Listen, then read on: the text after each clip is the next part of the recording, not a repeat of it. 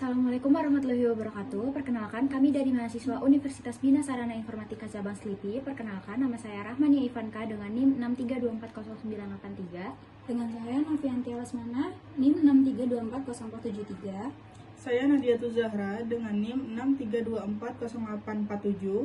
Saya Sandengga Putri dengan NIM 632400138. Saya Julita Zarni Fadila dengan NIM 632400276. Di sini kami akan menjelaskan tentang tema generasi milenial di dalam teknologi informasi dan komunikasi.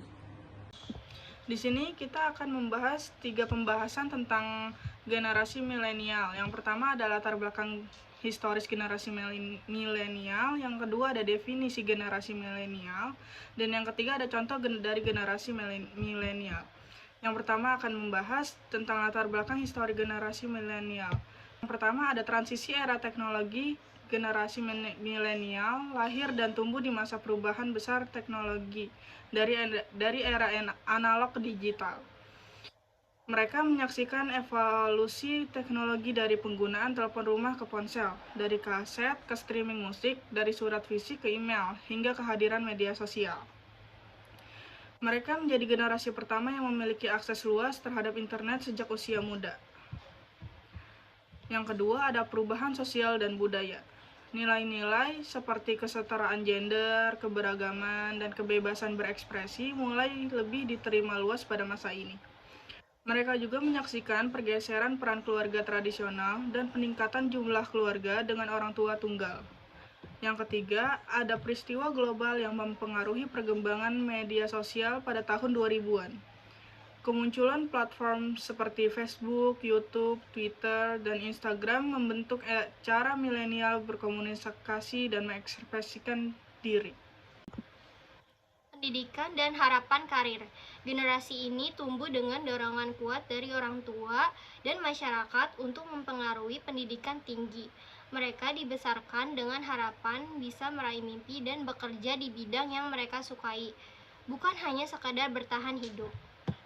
Pengaruh dari generasi sebelumnya atau X dan Boomer, orang tua milenial yang kebanyakan dari generasi baby boomers dan X mendorong anak-anaknya untuk mandiri, terbuka terhadap perubahan dan percaya diri.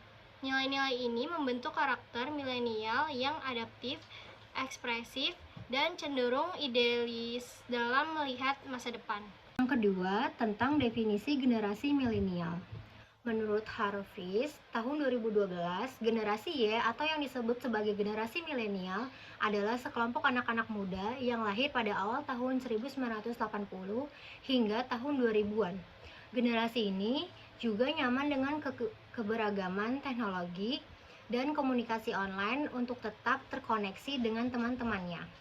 Menurut Choi et al. Dalam Onibala tahun 2017, generasi ini lebih fleksibel terhadap hal-hal yang baru dan segala kemungkinan yang mungkin terjadi, sehingga sering digambarkan sebagai generasi yang nyaman dengan perubahan.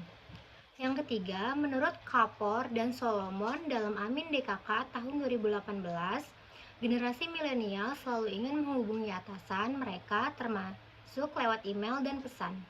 Generasi ini juga cenderung bersikap spontan, interaktif, dan juga ingin didengar.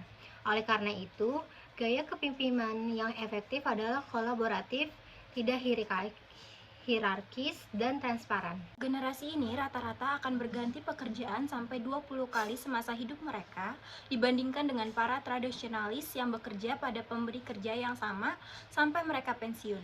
Milenial tidak setia kepada perusahaan. Definisi di atas menunjukkan bahwa generasi milenial adalah sekelompok individu yang lahir pada kisaran tahun 1980 hingga awal tahun 2000-an, di mana generasi milenial tumbuh pada era teknologi dan komunikasi online. Generasi ini lebih fleksibel terhadap hal-hal yang baru dan segala kemungkinan yang akan terjadi.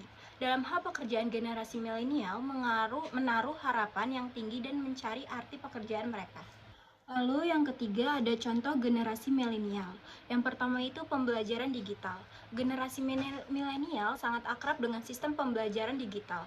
Mereka menggunakan platform seperti Google Classroom, Moodle, dan Zoom untuk kuliah atau pelatihan online. Ini menunjukkan fleksibel dan kemandirian dalam belajar. Lalu yang kedua itu ada menggunakan media sosial. Media sosial adalah bagian penting dari hidup generasi milenial. Mereka menggunakan untuk komunikasi, promosi diri, bahkan membangun personal branding atau bisnis online. Selanjutnya, contoh generasi milenial itu ada freelance. Orang yang bekerja dari rumah dengan laptop atau suasana santai seperti kafe, pantai, ataupun di luar rumah. Banyak milenial memilih bekerja lepas atau freelance karena fleksibilitas waktu dan tempat.